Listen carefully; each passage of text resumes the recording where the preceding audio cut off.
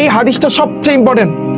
রাসূল সাল্লাল্লাহু আলাইহি ওয়াসাল্লাম বলেছেন গীবত বেবিচারের চাইতে মারাত্মক। চিন্তা করতে পারো, বেবিচারের চাইতে মারাত্মক। সাহাবীগণ বলছেন হে আল্লাহর রাসূল, গীবত কিভাবে বেবিচারের চাইতে মারাত্মক হয়?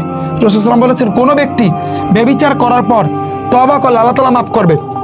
বেবিচার জিনিসটা বোঝো, আমার তো বুঝানো লাগবে না, তোমরা তো বুঝছো।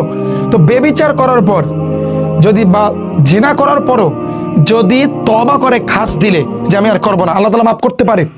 কিন্তু কিন্তু গীবতকারীকে যদি গীবতই করে আল্লাহ তাআলা মাফ করবে না যতক্ষণ না গীবত করা হয়েছে সেই ব্যক্তি মাফ করে। মানে তুমি চিন্তা করো, ধরো তুমি গীবত করছো কারো নামে, তুমি এখন আল্লাহ তাআলা মাফ করে দাও, আল্লাহ মাফ করে দাও, আল্লাহ মাফ করে দাও, আমি অমুকের নামে বদনাম করছি, অমুকের নামে এই কথা বলছি, জীবনও আল্লাহ মাফ করবে না। তোমার যে ব্যক্তির নামে তুমি বদনাম করছো তারা যে বলতে হবে ভাই আমি তো বদনাম করছি তোর নামে, আমার আল্লাহর রাস্তায় মাফ করে দিই। সে যদি মাফ করে তুমি আল্লাহ মাফ করে দেবে। সে যদি বলে যে না মাফ করবো না, তোমার ক্ষমা নেই, এই শাস্তি ভোগ করতে হবে।